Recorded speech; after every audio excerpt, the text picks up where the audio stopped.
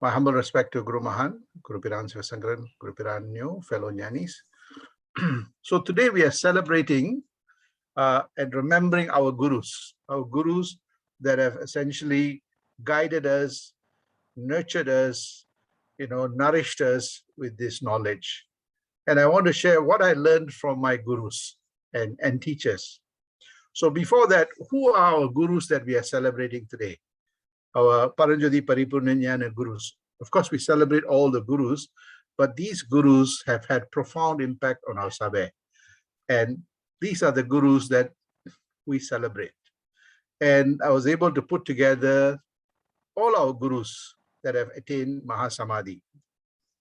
Of course, we had Mahan, who was, born in 1900 and we were fortunate that he celebrated his 80th birthday in Kuala Lumpur. And on the 7th of January, 1981, Mahan attained Samadhi. That is the day Guru Sankaran was born.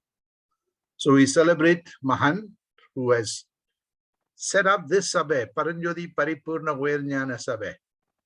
And this Sabe has, Mahan's seat. And as a matter of fact, all the other Sabes of Mahan was an offshoot of this Sabe. So this is sometimes referred to as the Thai Sabe, the mother Sabe. And like the mother Sabe, you have a lot of other branches and so on, which is, good that, they are also celebrating and carrying Mahan's message. The second person is Guru Piran Siva Sankaran that we celebrate. He was a dedicated disciple of Mahan. He continued Swamiji's teachings. For him, Mahan was everything. In his home, Mahan's picture was the main picture. For him, Mahan was God, Mahan was his father, Mahan was his guru, everything was Mahan. He even named his house Mahanilam. So he continued this Sabe. In spite of all the challenges, I want to give you some history. Mahan came in 1953 and 1958. This is when Guru Sankaran met him at a very early age. And in 1962-63, Mahan visited Malaysia. And most people, with all their commitments, did not take, full attention of Mahan's visit here. Guru Sankaran, rented a house in Klang, and he looked after Mahan. And in 1969 too, Mahan was supposed to come to Malaysia, but unfortunately for some reason, Mahan was not allowed into Malaysia. And Guru Sankaran then worked really hard to bring Mahan in the early 1976. But before that, establishing this Sabe, and Mahan gave that name to this Sabe. And since then, Guru Sankaran, after Mahan attained Samadhi, he stood and he continued the Sabe. He had numerous challenges, numerous Sabe, went in different directions. The main Sabe was the same, but many people had different views, and it went on in different directions. But nevertheless, he held steadfast to Mahan's teachings. After Guru Sankaran attained Samadhi, we had Guru Piran Velu. Guru Piran Velu was there with Mahan in the 50s. And when Mahan was coming in 1970s, Guru Sankaran went and searched for him and pulled him and said, "What are you doing? Come and help me." And that time Guru Velu was in Brickfields, near the YMCA, in a small hut. Guru Sankaran searched for him. He saw him in the 1960s and 50s. He realized where Guru Velu was living. He went, searched for him, pulled him, and brought him back in the 1974, 73, 74 to establish the Sabe. Guru Velu became the president of the Sabe. And he was very dedicated to Guru Mahan and Guru Sankaran to establish the Sabe. He was a president for many, many years. And eventually he retired as a president. And then when Guru Sankaran, he was appointed as a guru by Mahan, and he helped Guru Sankaran build the Sabe. And when the Sabe moved to its new premise, there's a picture that Guru Sankaran gave him the key. Now you look after the Sabe. And after Guru Sankaran attained Samadhi, Guru Piran Velu took on the mantle, and he is a no-nonsense Guru Piran. He didn't entertain anything except Mahan. And he attained Samadhi in 1997, just when I was just arrived from Canada. We also have Guru Chuan. Guru Chuan, he was there during Mahan's time. I remember him a lot because he used to do Tai Chi and he used to do all the, before meditation, and he was, always smiles. He was appointed by Guru Mahan as a Guru initiator. The next is Guru Leong.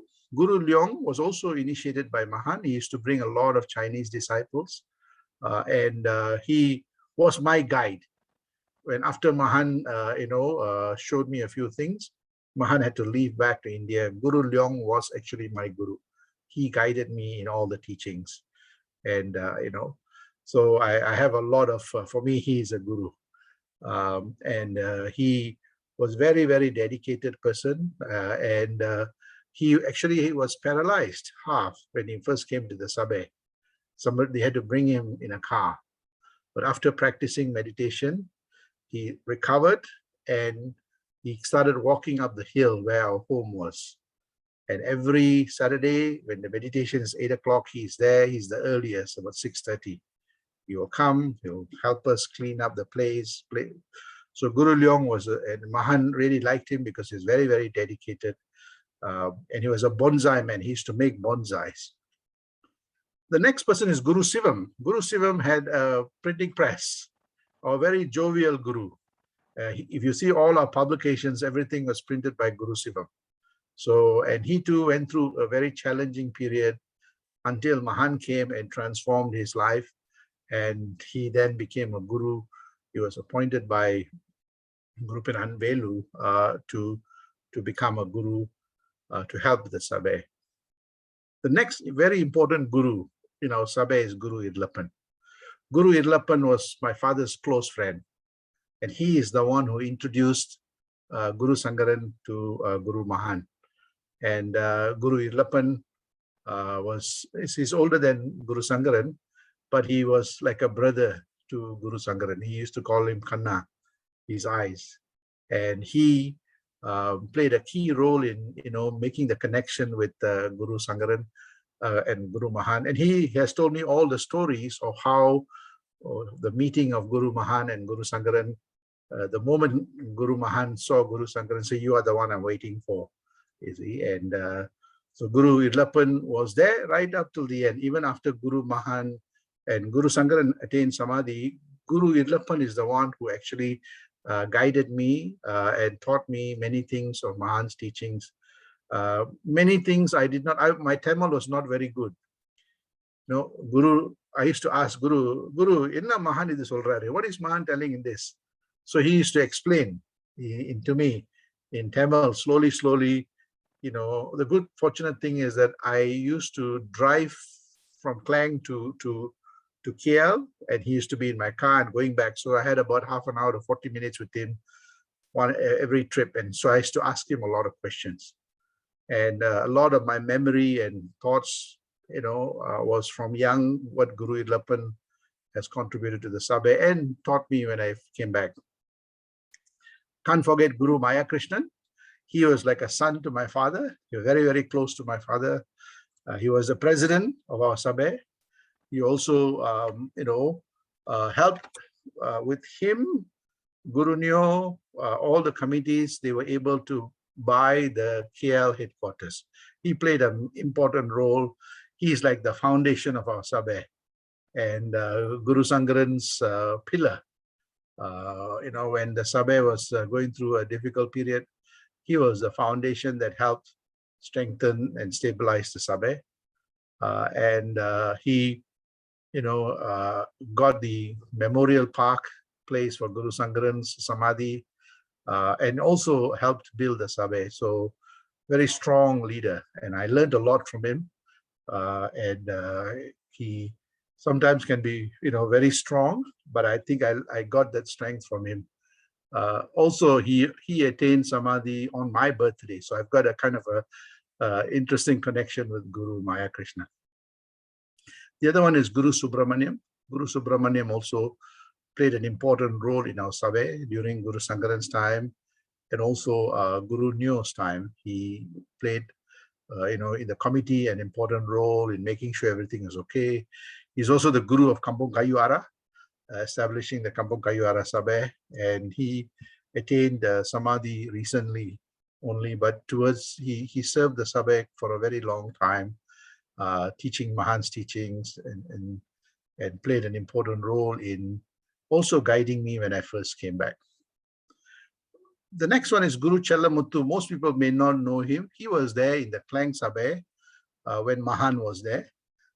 He played an important role in the Klang Sabeh during the period with Guru Irlappan, and for a few years he was the Guru. He was very, very strong in Hindu teachings and the Tirumandiram and so on. So he used to, I learned quite a lot of the Tirumandiram from him. He used to write a lot. So he, for a short period of time, he was managing the Klang Sabeh while Guru Irlappan was traveling to Johor Bahru and other places to establish the Sabeh.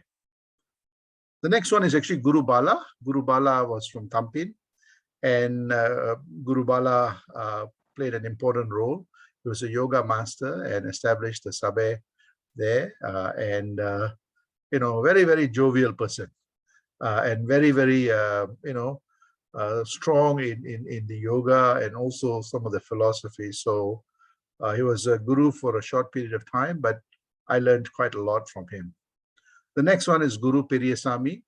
I think Guru Raja will be able to say more about Guru Piri Sami. I know him very well. He used to come and during the functions. Very strong man, and he attained Samadhi, I think recently. The next one is Guru Lechmanan from Johor Bahru. And Guru Lechmanan also played an important role in establishing our Sabeh in Johor Bahru. And the Sabeh is now looked after by Guru Suguna. And we hope that we can rebuild the Sabeh after the COVID. Guru Anand is from the northern side. He used to be in Sungai Petani and then Ipoh for a short period of time. He was a teacher, and he was quite a dynamic guru in the Sabeh, and he attained Samadhi about 2 years ago. So again, he sacrificed a lot of his time for the Sabeh. And more recently, we had Guru Murugan from our Klang Sabeh in Kapar, and he was very close to Guru Sankaran. He was initiated by Guru Sankaran, and he was dedicated to Guru Sankaran, and he set up a very amazing Sabeh that I used to visit. He used to do a lot of charitable work with school children in some of the poor communities, so he was very service-oriented man, very dedicated. So we see that all our gurus who have attained Samadhi have contributed significantly to the branches or the Sabeh, and they played an important role. They are the link. If these gurus were not there, the link would be broken. And what can we learn from these gurus? What are the values that I learned from this guru? And if at all anything that we take away from this, there's a few things I want to share with you, that these gurus, what a guru actually means. And here in Swamiji's teaching, Swamiji talks about what a guru actually is. So I, thank all of them. I pay homage to all of their services, and a part of them is part of my DNA, and I hope it's your DNA. And their service-mindedness of serving society also percolates in you, and some element of that awakens the guru in you. So I want to now talk about what these gurus actually mean. What did I learn from these gurus? I always reflect what these gurus mean. What did Mahan and Guru Sankaran and all these gurus taught us? One thing for certain these gurus taught us is that 7 values. I want to, why I'm telling this is that I've been thinking a lot about them, a lot of the gurus. Oru guru na enna? Oru paranjodi na enna? So we want to ask this question. I've been asking myself for many, many years, what does a guru stand? And I looked in Mahan's book, and he clearly articulates what a guru is. And this is what these gurus represent. all of the gurus, the first thing is actually jnana. Jnana means, and the tattvam, know the teachings very well. And the jnana, see, Mahan's name is Jnana Vallal Paranjoti Mahan. The first word comes is jnana, wisdom. A guru needs to acquire the wisdom knowledge through their own self-exploration, self-discovery, reading widely, deeply. That is what Mahan did. Guru Sankaran also did. Guru Sankaran read Mahan's teachings very well, read all the Samayam, and all the various religious teachings. And he come back to, this is what Mahan's teachings are. You must be a lover of knowledge.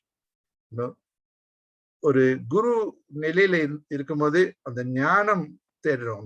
The seeking the jnana is very important. Another important quality of Mahan is that, and all the gurus is that, you go to any of the branches, you look at Guru Velu. Guru Velu, Mahan's teachings is this. That's it. And the same thing, all the gurus, they were teaching Mahan's teachings. The wisdom knowledge is very important. The second aspect of Mahan I saw was the gracefulness. Very gentle, very simple, nothing elaborate, and everything was that philosophy. He'll give you the diksha, he said, this is what it is, nothing. And that gratitude means, because Mahan got it, from the yerkai, from nature, he wants to give it back naturally. Or guru, that is what you have to have that mindset. Nature will open up the nature's treasure if we are acquiring it for the betterment of everybody else. And part of the jnana and the graceful and gratitude is to dispel that ignorance. Sometimes we get angry with people, sometimes we become jealous, sometimes for whatever it is. But as a guru, as the guru in us, not when I mean guru, in all of us, there's a guru, illuminator, dispel of ignorance. The word guru means, oru irul irundhu we bring it to a oru jnanam nilai. We move from that level of ignorance to the level of illumination. I speak to many people, they are in this meditation, they are in the spiritual path, they say, but yet they have this anger and hatred and all those things. So when we take a guru's path, when we follow a guru, we have to have the wisdom, knowledge, the grace, the gratitude to overcome all these knots. And this is what Mahan showed me. This is what Mahan's teachings are. So Mahan always say, "Kuraiya nivirthiya kuriya kurale kadavul." Whenever celebrate kuradam paapanga, there are some people who only look at negative things, only look at, if you see that life becomes very challenging. But if you can remove that, dispel that, one who removes all this ignorance and is God incarnate, Mahanada Tattvam. So, Kuraya Nivrti, Kuriya Korale Kadavul. That is what jnana is. How can you remove the ignorance without jnana and wisdom, knowledge, and grace and gratitude? So, if we want to walk in the path of enlightenment, the first thing is acquire knowledge, be graceful, and have gratitude. Whatever we acquire, we pass it back. And this is what Mahan did. This is the first value that I learned. And this is what this guru reminded me of. The second thing is that, we have to have patience. Everything doesn't happen immediately. And the porume irukano. The first step is jnanam. Second step is porume. ரொம்ப பேருக்கு அந்த பொறுமை இல்லை. இன்னைக்கு கிடைச்சனா நாளைக்கு குரு ஆகணும். Very quickly. You have to have அந்த விடாப்படியாக the தத்துவம், you have to understand the தத்துவம், the philosophy, put it to practice. சில நேரம் கிடைக்கும், சில நேரம் கிடைக்காது. So you have to, அந்த விடாப்படியாக we have to do it. We have to, sometimes we get it, sometimes we don't get it. So we have to be patient, we have to be persistent, we have to be perseverant. This is what Mahan did. At the age of 11 years old, Swamiji asked the question, Kadavul yare? How can I attain? That was resonating in his mind right up to the age of 38. On the 7th of January, 1938, he found the answer for everything. So can you imagine 11 years old to 38 years old? How many years of effort? Today we see that we give Diksha 14 days. Guru, I'm not getting this. I want something very quickly in 14 days. No, you have to have the patience, persistence, and perseverance. You see, this is the quality that I learned from Guru Mahan, Guru Piran Sankaran, Guru Piran Velu. My Guru Piran, which is Guru Piranyo, very patient person. I learned a lot of patience from him. You see, persistence, never let go. You see, sometimes, people come and go. We should not be, as though we are going to a shop and buying. And this has to be continuous 24 hours. We have to be thinking about it. This is what Swamiji, the second quality is of a guru. The third one is mastery of knowledge. எது எடுத்தாலும் இந்த ஆராய்ச்சி ரொம்ப முக்கியம். That research, development, மகான் எவ்வளவு ஆராய்ச்சி செஞ்சாரு தத்துவத்தை பத்தி. Kundalini, thousands of years have been spoken about. But Mahan took it, research money, he did research and development, experimented, and he mastered it. Most people think it's a mystery. It's a mystical force. But Mahan mastered it. It's a mastery of self-knowledge. The non-tattvam is about, namakulle oru meipolul irukku. And he mastered that absolute knowledge. You see, it's not something dogmatic. So Mahan had that quality. Everything he must know why it is there. You have some phenomena that takes place. He wants to know what's the principle behind this. The same thing, kadavul tattvam, kadavulna yaru. How did we get it? What is the principle? The mind was asking this question. You see, so he mastered that self-knowledge, the absolute, none. We all have to do that. When we see a particular philosophy, how does it relate to us? This is what I saw in Mahan. The last one, the fourth one is actually awareness. When you master something, namakulle illa irukku. Everything comes from us. This is what the non-kadavul is. The power is within themselves. The power within all of us, right? And, even in Tamil, we say kadavul, go within ourselves. And this is what the I God philosophy is. And this is what every guru, the guru will start asking, who is this God? Where is this God? How do I know this God? And that search starts outside and eventually comes inside. And this is what, this value that we have, awareness of within us, we have that power. This is what Swamiji had. This is what Guru Sankaran always say. You search inside and you'll discover everything. Humility. Humility na panive. Humble. You should see how Mahan, so simple. Today you see, many people, fly, go in very, very pomp and pageantry. But this Mahan was not like that. Very simple, very low key, but that knowledge is so amazing. Guru Sankaran also the same thing, very humble. Guru Velu also the same way, very simple. Or Guru got the simple qualities, nothing in the Adambaramana Valkela. Very simple, gentle. This is what the quality is, you see. It is not the things that we put on ourselves or the bank accounts that we have or the titles that make a difference. It's knowing that we have that universal force. And that's what gives us the humility. And this is what these gurus have taught us. When we have that, they also have that agility of the mind. You should see Mahan speaking to people who, from a child right up to a scientist. And the mind level, and the nileki, it can go down to that child level right up to higher level. I have seen Swamiji communicate with somebody who doesn't know English, doesn't know Malay, only Mandarin. You see, and Mahan doesn't know any of that, and he's communicating in language, teaching how he's initiating this elderly Chinese lady without that language communication, but he was able to get the idea to her. So a Mahan knows how to operate at different levels. So can you imagine if we learn this, our mind can operate really well as to students, to our children, to at every level. This is what a master is. Master is always smiling, even though how much turbulence, is always that smiling face. They know how to adapt. There's always a stabilizer in there that is guiding that. What's the stabilizer? It is that Meipuru, that big eye. Kadesi quality.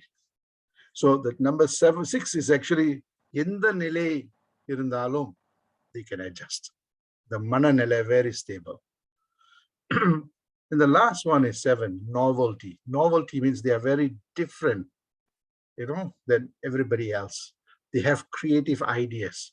They have, noble ideas, not just for themselves, but always think about new ways of communicating, new ways of researching.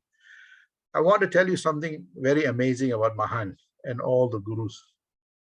The Kundalini has been spoken about in thousands of years in many, many books. Nobody has shown it simple like Mahan. 3 stages, 21 days, you can feel the vibration.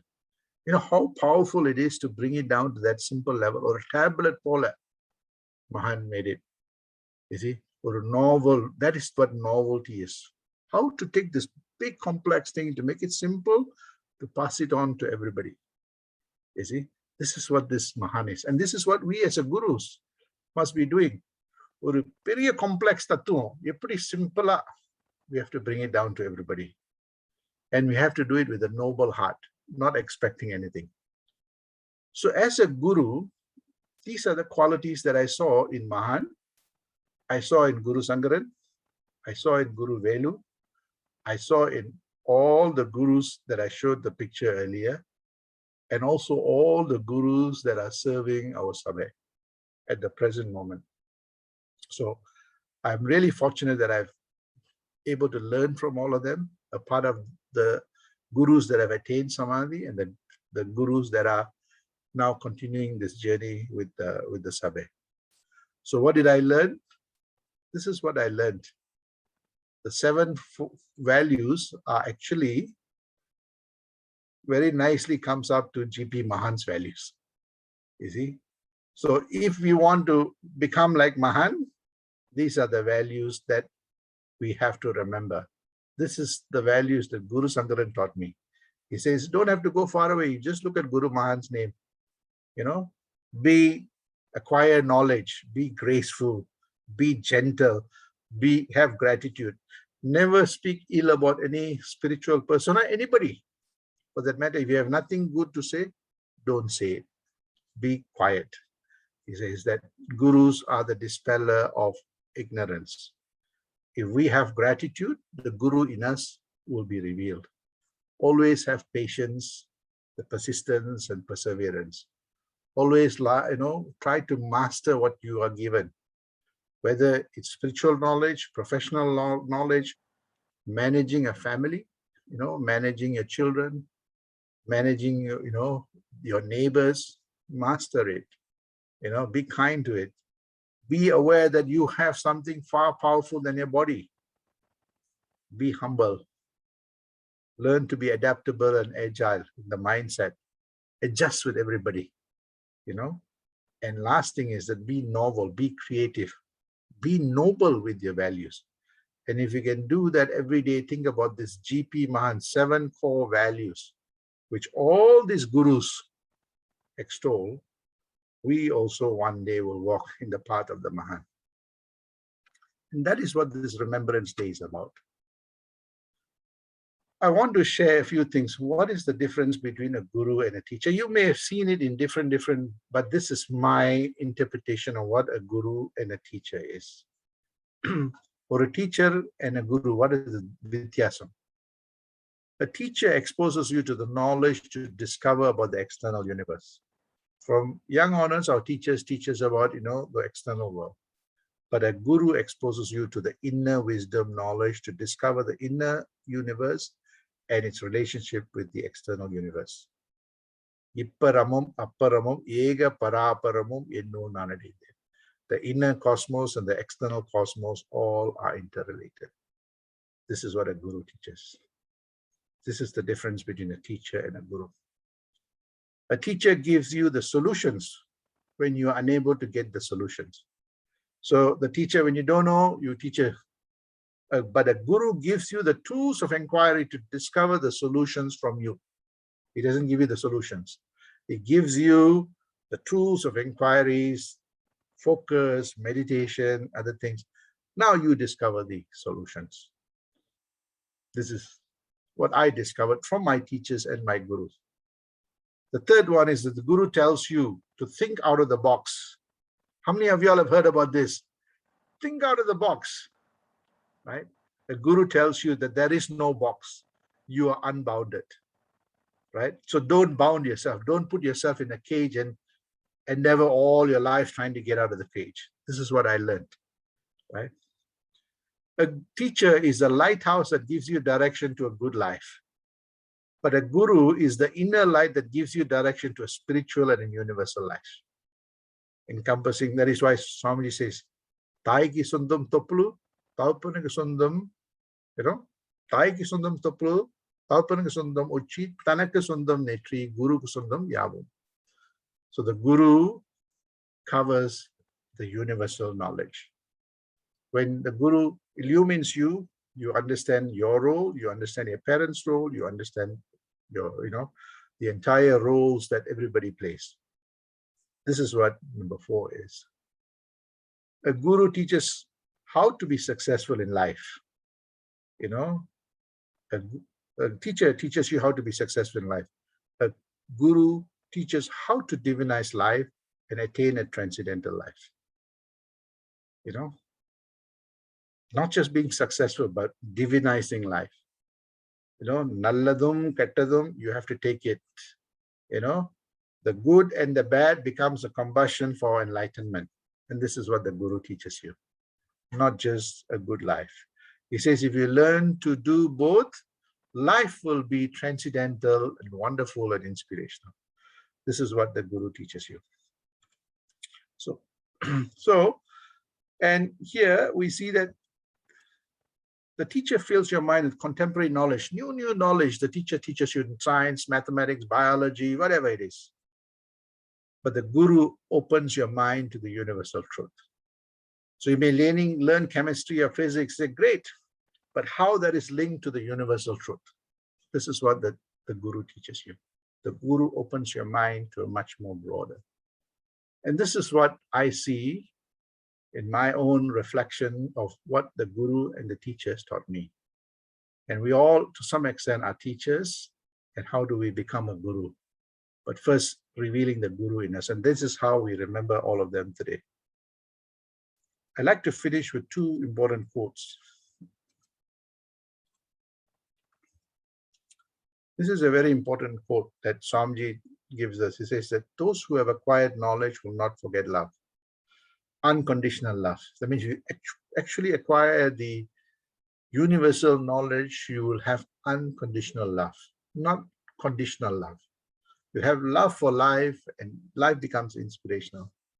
He says those who got that wisdom knowledge will not hunger for fame, or power or material things. Everything is spiritual.